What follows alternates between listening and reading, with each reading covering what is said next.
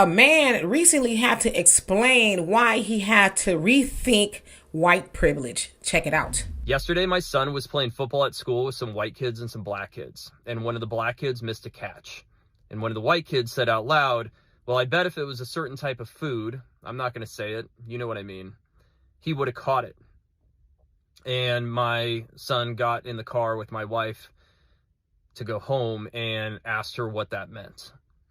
And it breaks my heart that we continue and will always have to continue to talk about these things with our kids. And it's so important that we do, but it's so sad. Racism, microaggressions, homophobia, humanity, how do we treat people? And this stuff is right in front of their face on the football field, in elementary school, good neighborhood. It doesn't matter. It's everywhere. And it made me think about white privilege. And it made me think about the fact that I think I've had it wrong. This whole time I've thought white privilege was about money, and it was about getting into college and getting jobs. And it is those things. But what I don't think I really understood was that white privilege was going through my entire life, never having to know what that kid felt like.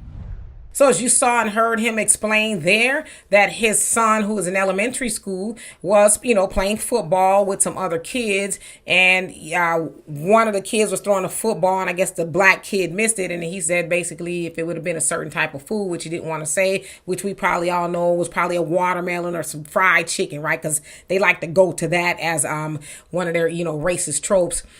He said, I bet he would have caught it. So then he had to explain and have that conversation with his child. And he said, he thought that white privilege was about money and jobs and opportunities. He says it is, but it's also about other things. And yes, it's about attitudes, behavior, and culture. It is a culture. White supremacy and white privilege is a culture. Now, he also said, that he didn't think it would show up on the football field. And it was like, well, it showed up on the football field because it showed up at the kitchen table when those particular children are sitting there with their parents and they're ramming white privilege and racism and discrimination and everything down the throats of their children as they're eating their dinner, right? They're serving a side of that.